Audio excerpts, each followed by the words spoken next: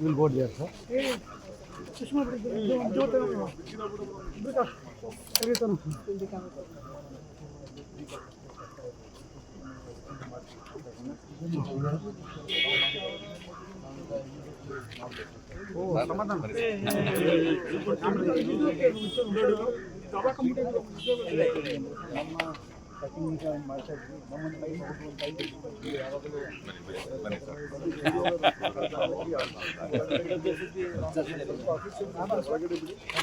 Moment for us because we are residents of this place. I know that, but it is not planned for this sewage plan ಆಗಿಲ್ಲ ಅಂತ ಹೇಳ್ತಾರಲ್ಲ. How's sir? When we bought this, that sewage was not there at all, and we had a lake facing us. So we really thought we have made the best decision in our lives by buying this. Ivaga, we have been received threats by saying, this is on a buffer zone. We as residents, hard-earned money, bandi, where do we have to go? Who do we approach? Whether it is BBMP we have to approach and find the solution for this, or the forest. How did this sewage line come suddenly? Within 1 year, 1 week the water has just inflown. And abruptly we don't know where the ending is. Sir, just to add one ನಿಮಿಷ. ಏನು ಹಾನಿ ಏನಾಗಿಲ್ಲ. ಮುಂಜಾಗ್ರತವಾಗಿ ಕೆಲವು ಕ್ರಮವನ್ನು ಕೈಗೊಳ್ಳಬೇಕಾಗ್ತದೆ. ಕೆಲವು private ಲೆವೆಲ್ಗಳಲ್ಲಿ ಅವರು ಸರಿಯಾದ planning ಮಾಡಿಲ್ಲ. ಸೊ ಪಾಪ ರೆಸಿಡೆನ್ಸ್ಗೆಲ್ಲ ತೊಂದರೆ ಆಗ್ತಾ ಇದೆ.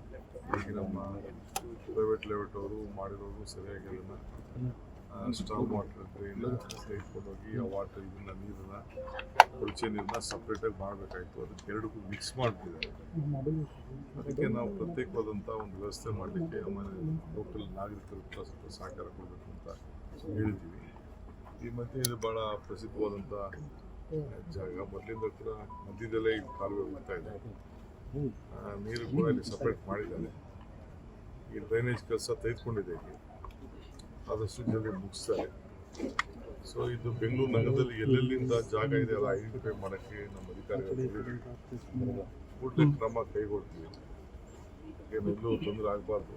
ಕೆಲವೊಂದು ಅವರು ವಾಟರ್ ಡ್ರೈನ್ನ ಮೊದಲೇ ಕನೆಕ್ಷನ್ ಕೊಟ್ಟಿದ್ದಾರೆ. ಸೊ ಇಂಥ ಎಲ್ಲೆಲ್ಲಿ ಪ್ರತಿ ವರ್ಷ ಕೂಡ ನಮಗೆ ಸಮಸ್ಯೆ ಆಗ್ತದೆ ಅಂತ ಕಡೆ ಸ್ಟೇಜ್ ಬೈ ಸ್ಟೇಜ್ ಎಲ್ಲ ಸರಿ ಮಾಡಲಿಕ್ಕೆ ಲಾಸ್ಟ್ ಇಯರ್ ಕೂಡ ಇದೇ ರೀತಿಯಲ್ಲಿ ಪ್ರೈವೇಟ್ ಲೇಔಟ್ ಅವರು ನಿರ್ಮಾಣ ಮಾಡಿ ಸರಿಯಾದ ರೀತಿಯಲ್ಲಿ ವ್ಯವಸ್ಥೆ ಮಾಡಿದ್ರದಕ್ಕೆ ಸಾಯಿ ಲೇಔಟು ಬೇರೆ ಬೇರೆ ಲೇಔಟ್ಗಳೆಲ್ಲ ಕೂಡ ಮುಳುಗಡೆ ಆಗ್ತಾರೆ. ಹಾಗೆ ಈ ರೀತಿ ಕ್ರಮ ವಹಿಸಬೇಕಾಯ್ತು ಐಡೆಂಟಿಫೈ ಮಾಡಿ ಅಂತ ನೋಡಿ. ಅದನ್ನೇ ಹೇಳ್ತಾ ಇರೋದು.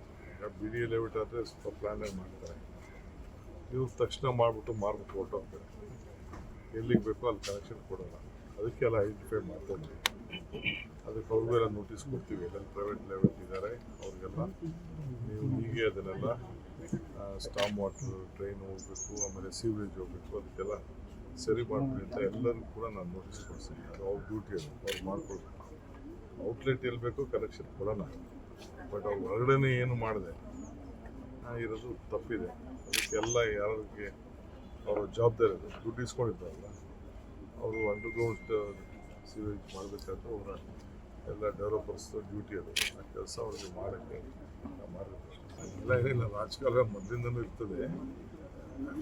ಸುಪ್ರೀಂ ಕೋರ್ಟಲ್ಲಿ ಒಂದು ಆದೇಶ ಬಂದಿದೆ. ನಮ್ಮ ಟ್ರಿಬ್ಯುನಲ್ ಒಂದು ಆದೇಶ ಬಂದಿದೆ. ಬಫರ್ ಝೋನ್ ಇಷ್ಟು ಬಿಡಬೇಕು ಅಂತ ಆದೇಶ ಬಂದಿದೆ. ಅದನ್ನು ಗಮನದಲ್ಲಿ ಇಟ್ಕೊಂಡಿದೆ.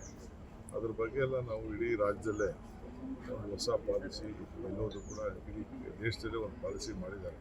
ಇಂಥ ಕಡೆ ನೀರು ಹೋಗೋದ ಕಡೆ ಎಷ್ಟೆಷ್ಟು ಬಿಡಬೇಕು, ಎಷ್ಟಿರಬೇಕು, ಅದನ್ನು ಕಡ್ಡಾಯವಾಗಿ ನೋಡೋಂಥ ಕೆಲಸ. ಸರ್, ಬೆಂಗಳೂರಲ್ಲಿ 200 ಮಿಲಿಮೀಟರ್ ಮಳೆ ಬಂದರೂ ಏನೂ ಆಗ್ತಿರ್ಲಿಲ್ಲ ಮೊದಲು 5 ವರ್ಷದ ಹಿಂದೆ. ಈಗ 50 ಮಿಲಿಮೀಟರ್ ಮಳೆ ಬಂದರೂ ಸ್ವಲ್ಪ ಎಲ್ಲ ಕಡೆ ಫ್ಲಡ್ ಶುರು ಆಗ್ಬಿಡುತ್ತೆ. ಸೊಲ್ಯೂಷನ್ ಏನು ಸರ್ ಪರ್ಮನೆಂಟ್? ನೀವು ಬ್ರಾಂಡ್ ಬೆಂಗಳೂರು ಕಾನ್ಸೆಪ್ಟಲ್ಲಿ ಮಾಡ್ತಾ ಇದ್ದೀರಿ, ಏನಾದ್ರು ಸೊಲ್ಯೂಷನ್ ಆಗ್ಬೋದು? ಸೊಲ್ಯೂಷನ್ಗೋಸ್ಕರನೇ ಬಂದಿದ್ದೀವಿ. ಕಣ್ಣಲ್ಲಿ ನೋಡಬೇಕು ಅಂತ ಕಿವಿಲಿ ಕೇಳಬಾರ್ದು ಅಂತ ಕಣ್ಣಲ್ಲಿ ನೋಡಬೇಕು ಅಂತ ನಾನು ನಮ್ಮ ಎಲ್ಲ ಅಧಿಕಾರಿಗಳು ಕಣ್ಣಲ್ಲಿ ನೋಡೋದು